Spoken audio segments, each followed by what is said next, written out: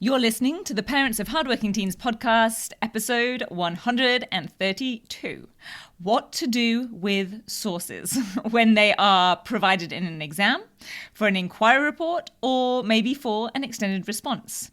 I'm going to share with you the trap that many students fall into and what your teen needs to do instead.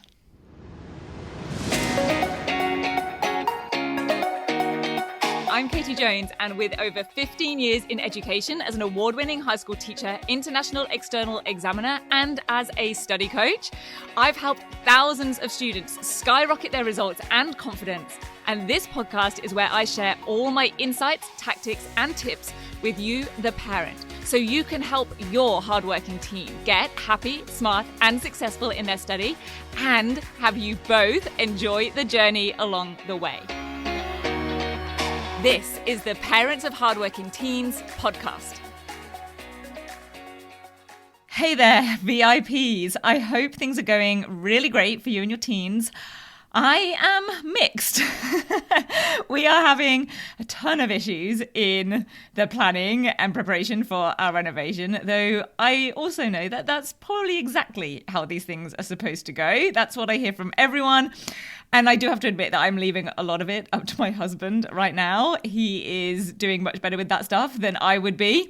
And it's also because I've been working really hard on setting up and running some new coaching groups that I have created. And that's the mixed part, because this is very, very good. I'm loving running them, and we're getting a huge amount of success even in just a few weeks.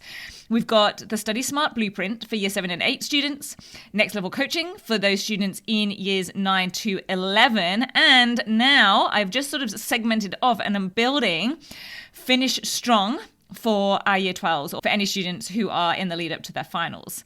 And things are going super, super well with these groups. I'm really enjoying it. I think students are getting loads out of it. But of course, it is a lot of work, as these things are, but as also these things are always worth it when you get really beautiful feedback. I'll share this one email I got from a student called Phoebe, who's in Year 12, just because it probably describes and explains what we do together if you're curious. And as I always say, students can say it so much better than I can.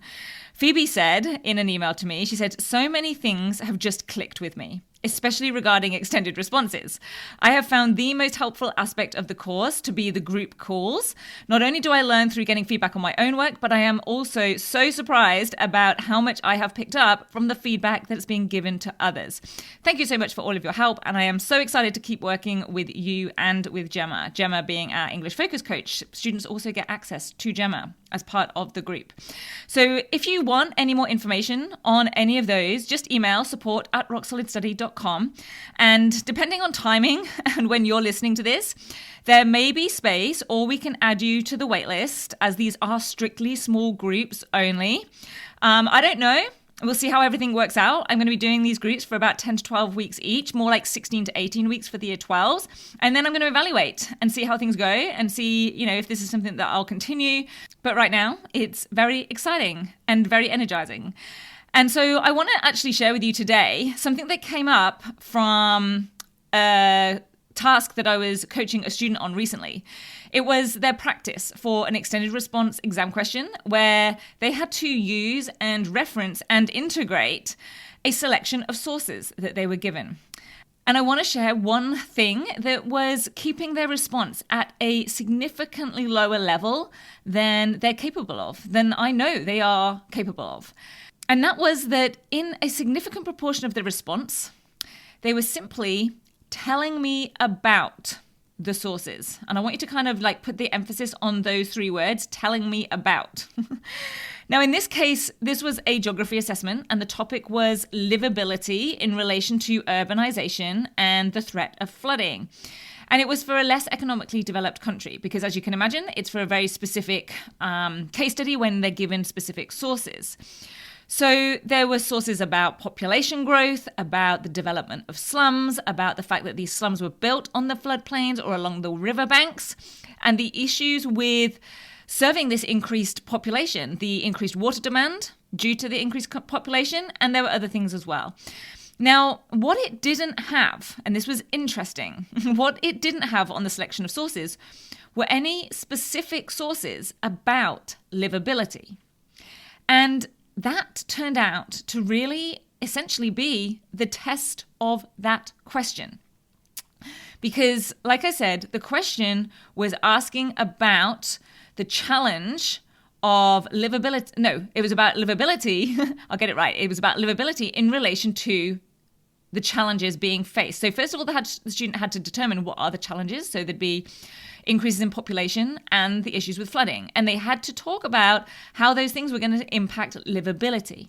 But like I said, there were no specific sources about livability. And so this is where I think lots of students would have fallen into essentially a bit of a trap, and where this student was definitely starting to fall into that trap. Because what they were doing was talking about or telling me about the sources rather than answering the question that was actually focused around livability.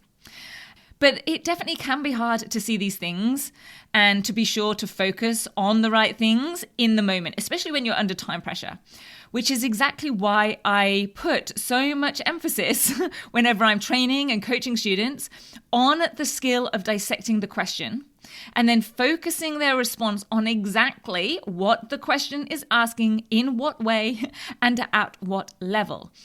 And this skill only really comes from having specific, detailed training, having lots of practice, being able to get expert feedback on that practice, to be able to eventually, very accurately, and eventually do it pretty much automatically.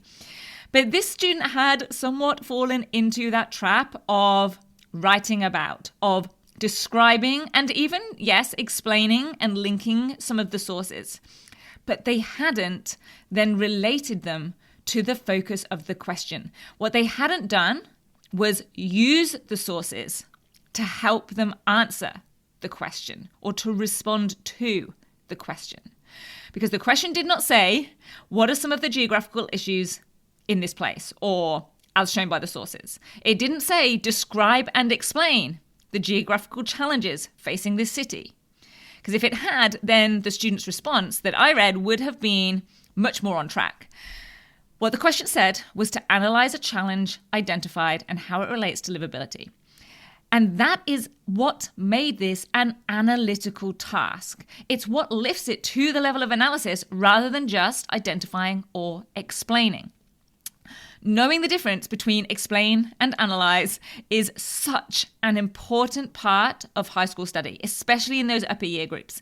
I do so much training on this with students in both my programs and my coaching, because it's very easy to get stuck at the point of explain and not quite reach the level of actually analyzing. So what this student needed to do was use the sources as evidence, then explain that evidence, and then, this is the important part, state the impact on specific aspects of livability. In other words, they needed to use those sources to respond to the focus of the question. Talking about the sources was not answering the question. And this goes for any subject where information or a stimulus or sources of some sort are provided, whether it's history, it could be business studies, it could be artworks in visual art. In fact, I actually said to this student that this is a bit like when I see students telling me about what happens in the novel or the play or the text in English. And they've heard me talk about this a lot, so they completely got it when I said it. Because what happens a lot, and I share this with students and I use it as an example with my students all the time, is that they end up recounting the story or retelling the story or telling me about a character in the story rather than actually answering the question. And in this case, the equivalent of that is that the source is the text. They tell me about the sources and what's in them and what they mean and what they're telling us.